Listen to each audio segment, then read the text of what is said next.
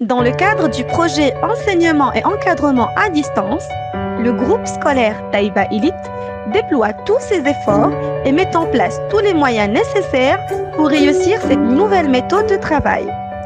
Un grand merci donc à toute l'équipe pédagogique, au staff administratif et à nos chers apprenants et leurs parents pour leur compréhension, leur engagement et surtout leur implication.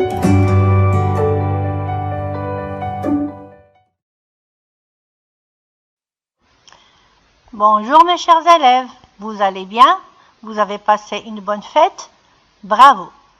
La leçon d'aujourd'hui de l'expression orale SOS Planète en danger. Deuxième semaine. Écoutez bien.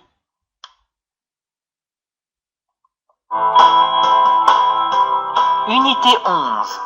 Livret d'activité, page 94. J'écoute une histoire. Bonjour, bienvenue dans l'émission Nos amis les bêtes de Radio France Internationale. Aujourd'hui, je vais vous parler du panda géant. Parce qu'aujourd'hui, dimanche 15 janvier, viennent d'arriver en France 2 pandas géants chinois. Ces 2 pandas géants, un mâle et une femelle, âgés de 3 ans, ont été prêtés par la Chine aux zoos de Beauval pour une période de 10 ans. Tout le monde au zoo espère bientôt une naissance. C'est magnifique, parce que le panda géant est un animal en voie de disparition. On estime en effet qu'il ne resterait plus que 1600 pandas géants qui vivent tous en Chine. Les forêts de bambou diminuent, le nombre de pandas aussi, puisque le panda ne mange que du bambou. D'autre part, des braconniers n'hésitent pas à le tuer pour sa fourrure blanche et noire. En fait, savez-vous que le mot chinois panda signifie ours-chat? Écoute active. 1. Écoute le texte une première fois.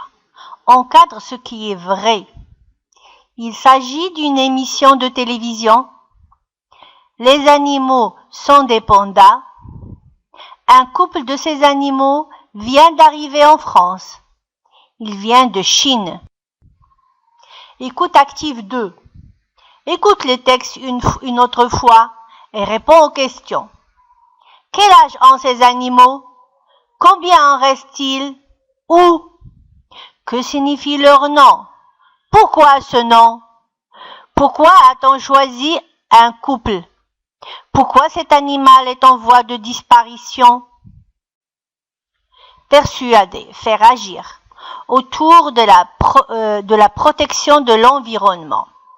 Il y a des noms, la nature, l'environnement, l'atmosphère, le climat, l'écologie, la culture, la chasse, la pêche, l'énergie, la pollution, la contamination, les déchets, la désertification, le déboisement, le biodiversité. Des verbes protéger, préserver, prendre soin, nettoyer, économiser, polluer, salir. Des adjectifs comme écologique, bio, propre, sain, pur, exotique, recyclable et encore. De l'oral à l'écrit. Quel mot reconnais-tu dans le mot environnement? Que signifie le mot environnement? À ton niveau, qu'est-ce que tu peux faire pour protéger l'environnement? J'éteins la télévision quand personne ne regarde, par exemple. Je ne jette pas les papiers par terre.